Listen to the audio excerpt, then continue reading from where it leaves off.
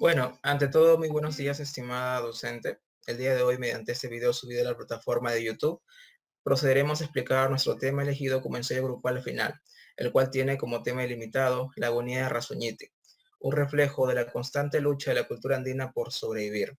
Nuestro objetivo principal es identificar la cultura andina, su cosmovisión e identidad, la lucha que ésta ha tenido por no desaparecer, que se va a ver reflejado en la narrativa de José María Arguedas, que de una forma simbólica va a interpretar el mundo andino.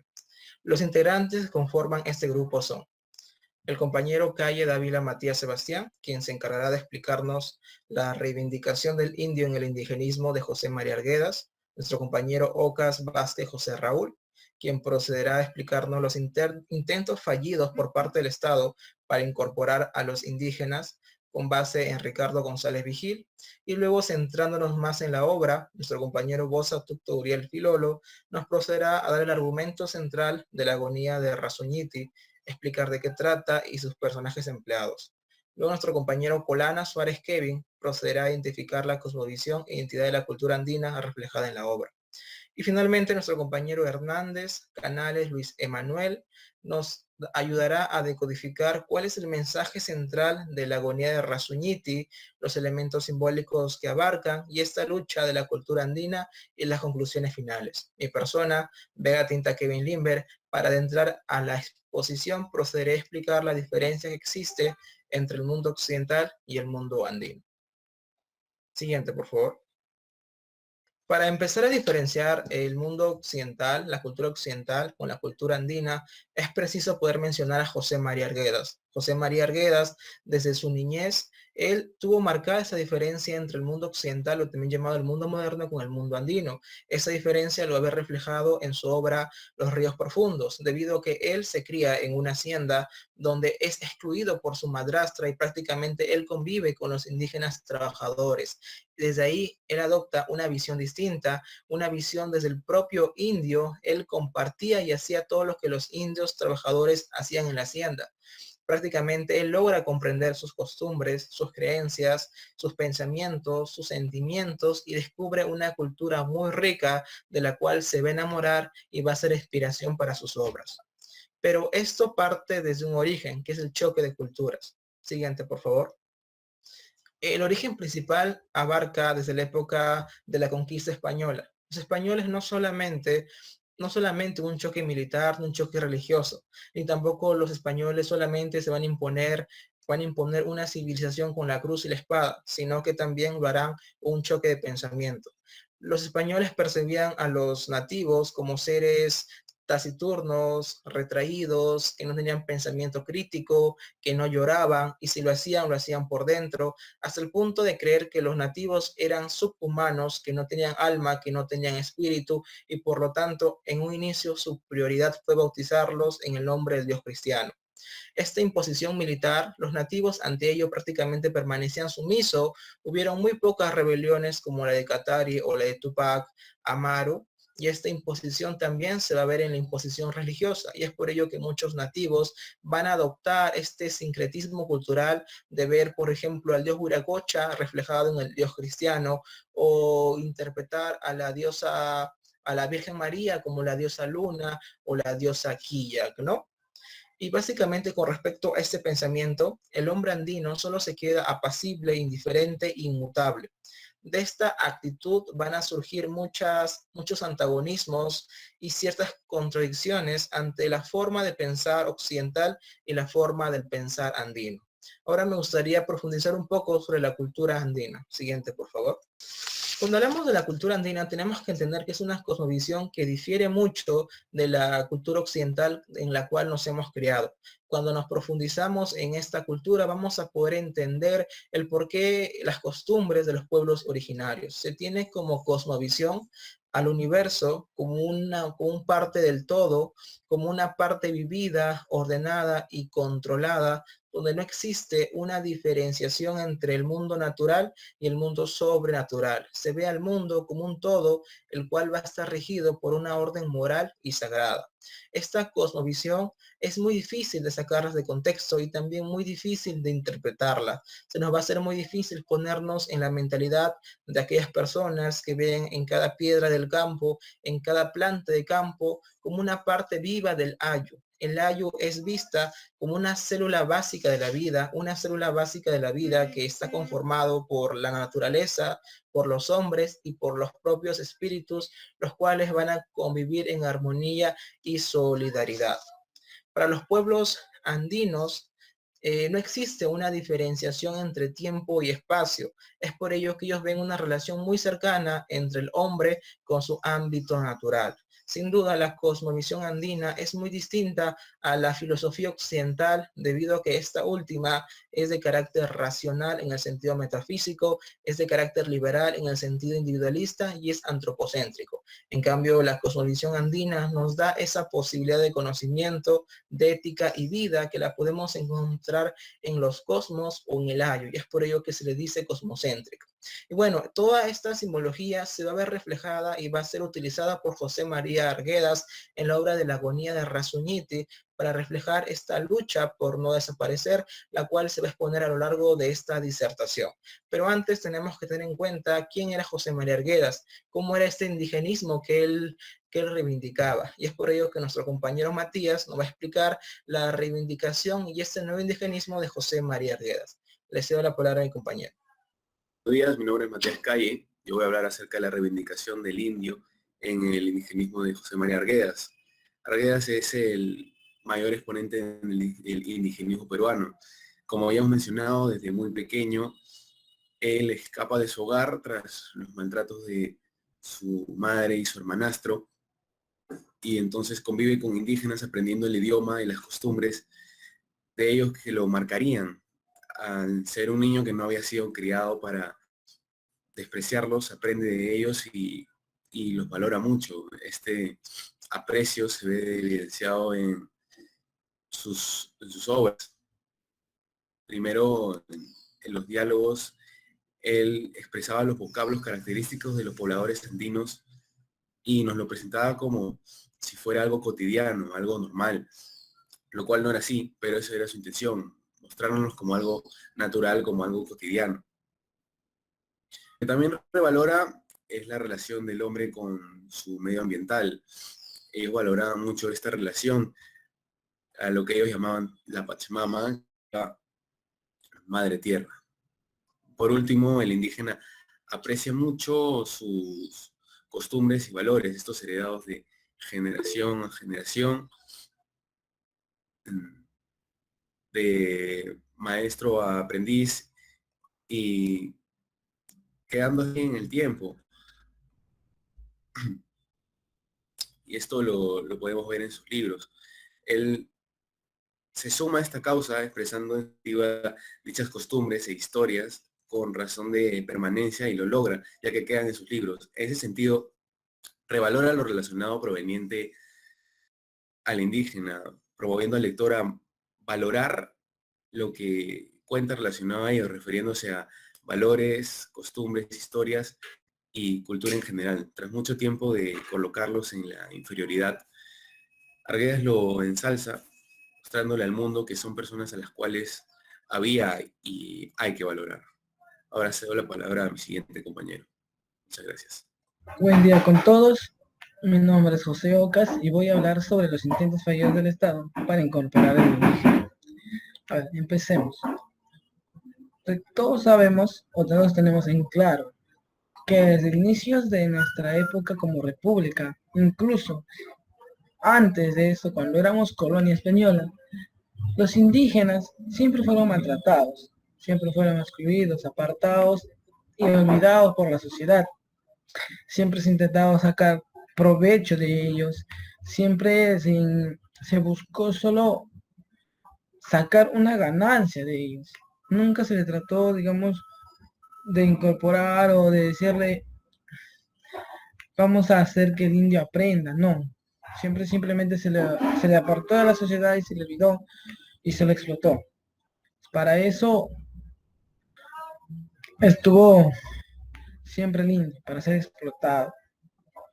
Entonces, recordemos que a inicios de la República, quienes pagaban los impuestos más altos siempre han sido los indígenas. Recordemos la contribución personal.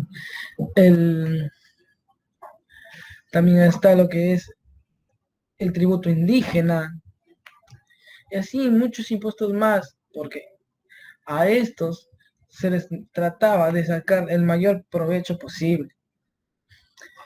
Después tenemos, digamos, lo que va a ser el primer problema que surge en los indios, va a ser, o la primera gran revolución que van a hacer los indígenas, va a ser con Tupac Amaru primero, con Tupac Amaru, donde se van a rebelar por los grandes, digamos, maltratos, la gran explotación, los abusos que se llevaban por parte de los colonizadores contra ellos. Después vamos a ver lo que es cuando el Perú ya independizado, ya siendo república. Vamos a ver lo que es la guerra con Chile, donde aquí uno de los principales, digamos, pilares de esta guerra va a ser el indígena, porque va a ser este que se vaya a la guerra, a luchar la guerra de los políticos peruanos, quienes se metieron en una guerra que sabían que iban a perder. Y después de esta guerra, luego de haber perdido contra Chile, vergonzosamente, se intenta, digamos, culpar a los indígenas por esta pérdida, pues se sostiene que ellos no tenían la capacidad o la preparación para defender nuestra patria. Pero yo pregunto, ¿cómo podrían haber estado ellos preparados si nunca siquiera ellos supieron que eran peruanos? Porque en esa época de la guerra, los peruanos simplemente salieron a pelear por orden de sus patrones, porque no tenían digamos, ese índole de patriotismo o de defender a su país, simplemente fueron a pelear porque se lo ordenaron sus patrones.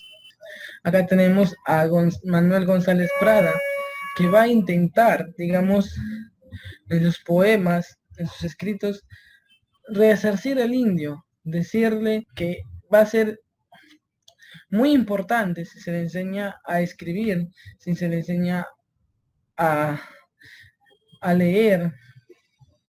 Entonces, ¿qué quiere decir Manuel González Prada con esto? Que el indio tiene la capacidad de aprender, que tiene la capacidad de ser mejor de lo que es, pero simplemente en tener que enseñarse. Después vamos a ver, ya después de pasar esta guerra con Chile, en los años siguientes, vamos a ver lo que es los intentos de demás presidentes por, digamos, intentar incorporar al indígena, pues simplemente de ellos se va a buscar sacar provecho. Por ejemplo, recordemos la época de la República Aristocrática, en donde se pone al indio, se explota, se llegó a explotar masivamente a todos los indígenas, pues que simplemente se les explotaba. ¿Para qué? Para que trabajen y se les pagaba un salario miserable. Y luego continuando podemos explicar y seguir hablando de esto, de los grandes maltratos que sufrió el indígena durante nuestra república.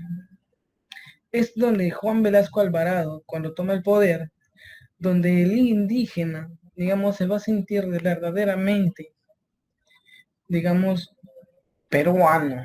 ¿Por qué? Porque se le devuelve su tierra. Recordemos que Juan Velasco Alvarado va a ser uno de los pocos presidentes que va a lograr hacer la revolución agraria aquí en el país, devolviéndoles la tierra a los indígenas, a los campesinos, haciéndoles que por fin ellos sean valorados.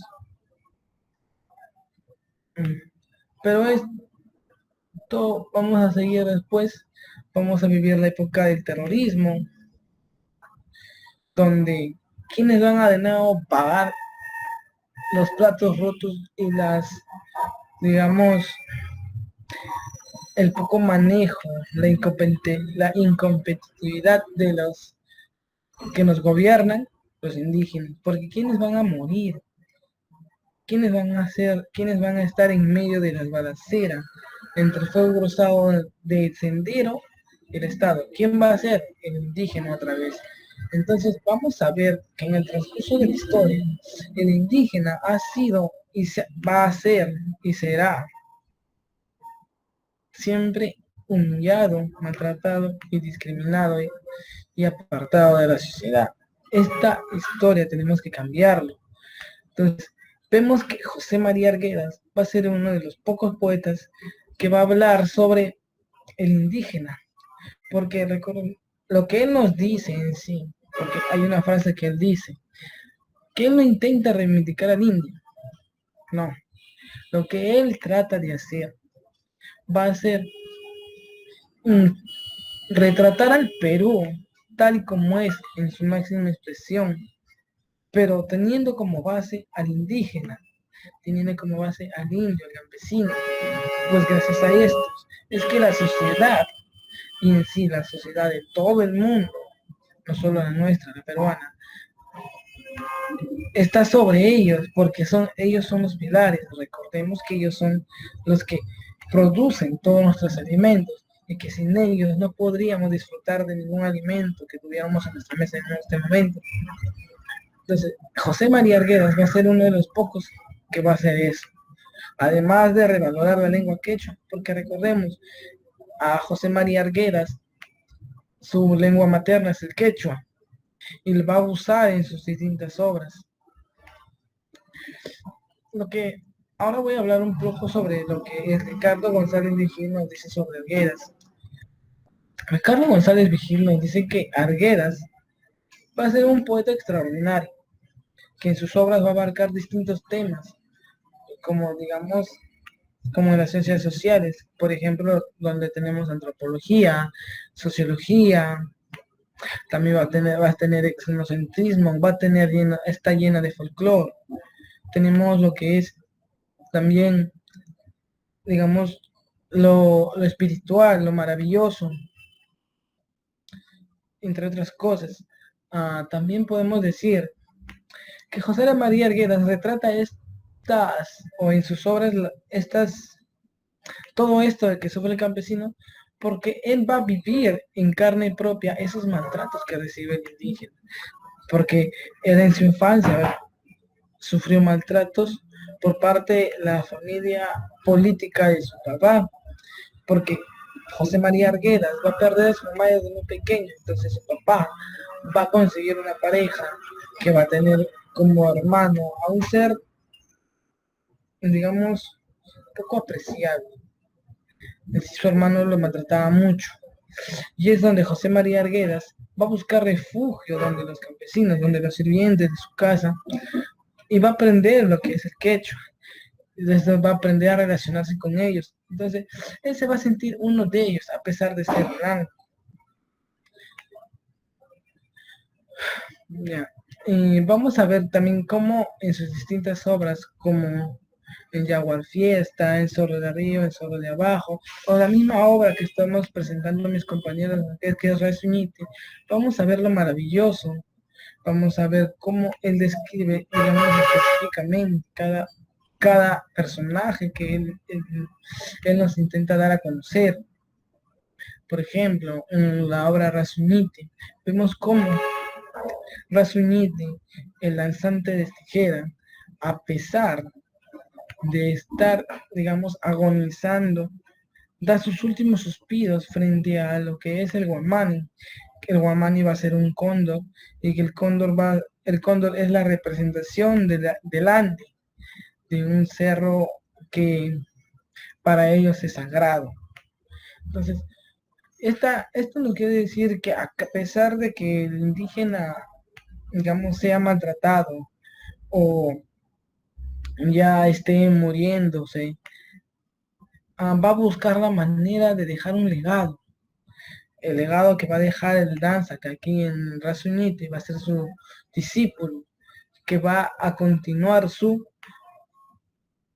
digamos, su tradición de él con la danza de tijeras. Bueno, eso es todo por mi parte. Gracias. Bueno, yo soy Uriel Filólogo Satucto y a mí me ha tocado desarrollar la agonía de Rasuñiti, en el cual voy a explicar básicamente sus argumentos y los personajes y el rol que desempeña cada uno dentro de la historia.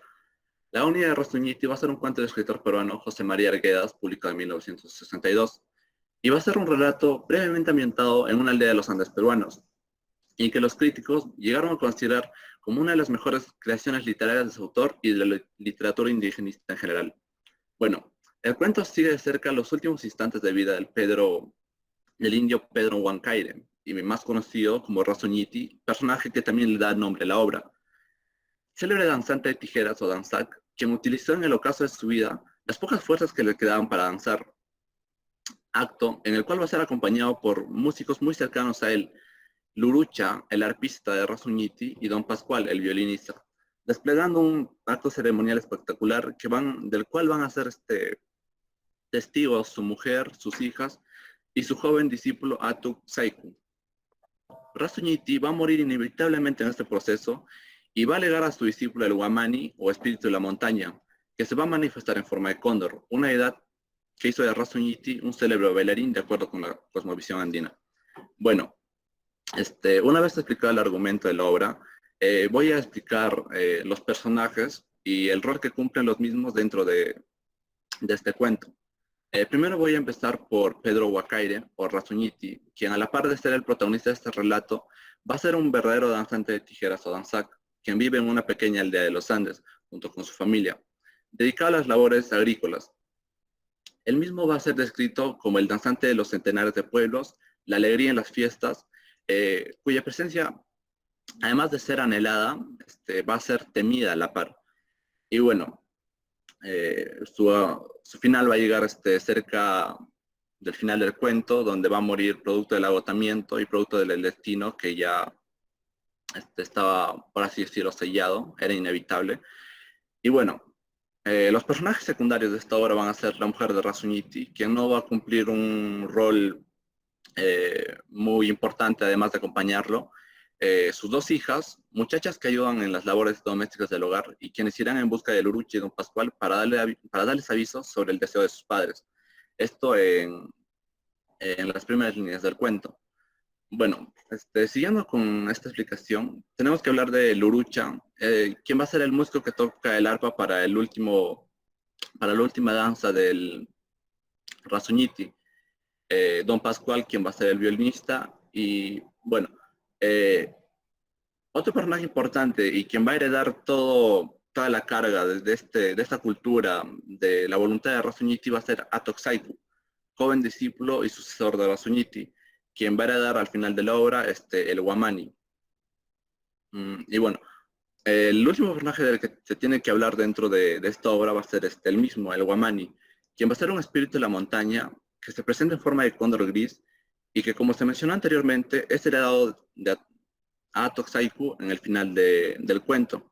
Sin embargo, cabe mencionar que el Guamani también va a representar la vida, la cultura andina en sí misma y su cosmovisión, misma que va a ser heredada a la siguiente generación.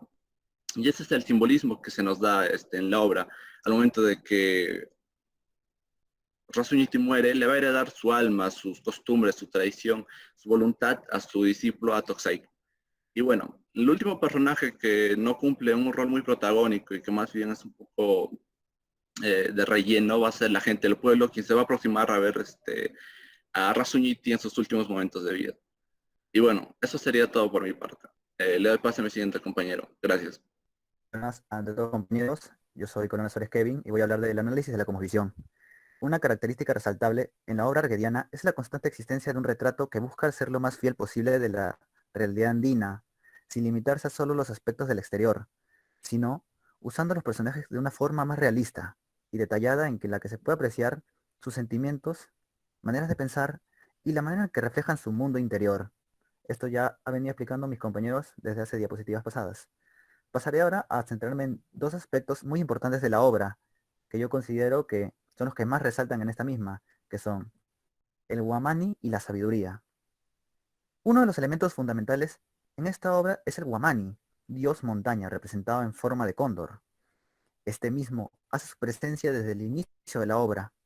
Su importancia recae en ser un símbolo capaz de establecer diferencias entre las personas, a partir de su capacidad que estos tengan en entablar conexiones con seres espirituales, demostrado al momento en que la hija mayor no puede ver al Guamani. Esto en una parte de la obra se hace de notar, ya que la hija pregunta dónde está el Guamani o que no lo ve, y la madre le responde que ella no tiene la experiencia necesaria para verlo. Pero, en cambio, el aprendiz del Danzak sí puede apreciar al Guamani, pero no de una manera muy clara, sino eh, una manera donde lo puede sentir, pero no lo puede ver tan en sí. Esto es debido a su falta de experiencia.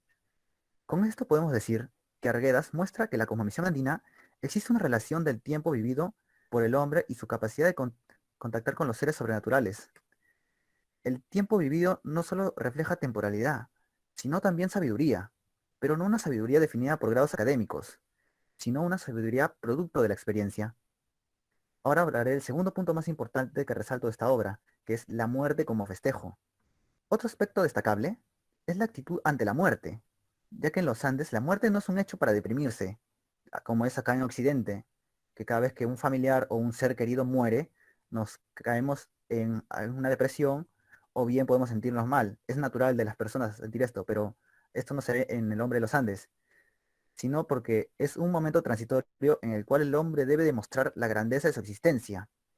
Por esto el Danzak baila en sus últimos momentos de vida, ya que se está volviendo uno con el espíritu del Guamani. La muerte del Danzak no es asumida como un fin total.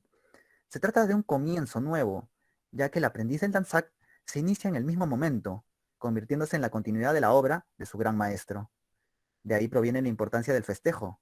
Para la cosmovisión andina, la muerte no vence al hombre, tan solo es el camino a un estado superior, y al que el hombre se iguala a las deidades, convirtiéndose en un producto de los suyos, consiguiendo una capacidad de comunicarse con los vivos, asegurándose que su obra se prolongue en ellos, dando nuevos frutos. De esa manera, el Danzak de cierta forma reencarnece en el cuerpo de su discípulo. Por la muerte del Danzak nadie debe llorar, ya que ésta representa inmortalidad, de ahí el favor de contar con los espíritus. Solo podríamos llegar por el Danzak, solo podríamos llegar a llorar por el Danzak si no se encontrara en armonía con el Guamani. Sí, y solo si el espíritu del cóndor no apareciera durante su agonía. Esto significaría la muerte verdadera. Asimismo, la presencia de la familia, compañeros y de un aprendiz, que es lo que permite su continuidad. Esto se ve reflejado en los funerales andinos, ya que en esto se suele traer a demasiada gente y comienzan a festejar. Con esto termino mi punto y ahora le paso a mi compañero. Bueno, soy Luis Hernández y en esta oportunidad voy a realizar las conclusiones de este trabajo a modo de reflexión. Finalmente podemos concluir que José María Arguedas, mediante su cuento Rasuñiti, trata de evidenciar y dejar plasmado lo que lo fascinó de la cultura andina, dado que éste de pequeño pudo vivir en carne propia las dos realidades, tanto una vida como mestizo como una andina, quedando a cuidado de sus sirvientes por mandato de su madrastra. Así en su obra utilizaría dos elementos claves, la forma en la que redacta y las escenas. Al dejar términos en quechua nos permite a nosotros como lectores comprender las expresiones utilizadas por los nativos, poder sentirnos como parte de ellos, además de que claramente trata de mantener el sentimiento de estas expresiones, sentimientos que para los nativos significan. Por otro lado, mediante escenas que parecen tristes, con sucesos lamentables, como lo son la muerte, la despedida de un ser querido, termina otorgándonos un mensaje de esperanza, dado que el Danzak termina diciéndole a su discípulo que continúe con la tradición. Cede el paso, le cede su vestimenta. Para nosotros como grupo, este es un claro mensaje de inspiración a todos esos provincianos que no saben qué hacer, se ven constantemente atormentados por la realidad. Sin duda, al analizar este cuento, nos permite tener una perspectiva más amplia de la realidad peruana. Realidad en la que los migrantes terminan alienándose, terminan adoptando una cultura que no les pertenece, por miedo a la discriminación, por miedo a no ser aceptados. Entonces podemos concluir diciendo que el cuento de Rasuñiti es un reflejo de la realidad peruana, un reflejo de cómo es que las culturas constantemente, día a día, luchan por coexistir, luchan por no desaparecer. Chiaraya way mayu patapi kartamuangi pa. Cierto chum kartamuarakanki. Yo lo canto más alto, ¿eh? Hay que cantarlo más alto. Esta es tu nota.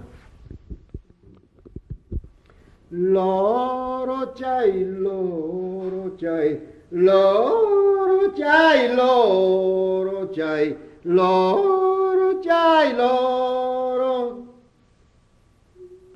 Chai, así no es. Loro chai, loro. Yo lo canto una nota más alta. ¿Es así? Sí, espérate. Chiarayaway. Chiarayaway mayu patapi kartamawangispa. Chiarayaway mayu patapi kartamawangispa. Cierto chum, kartamawarakan.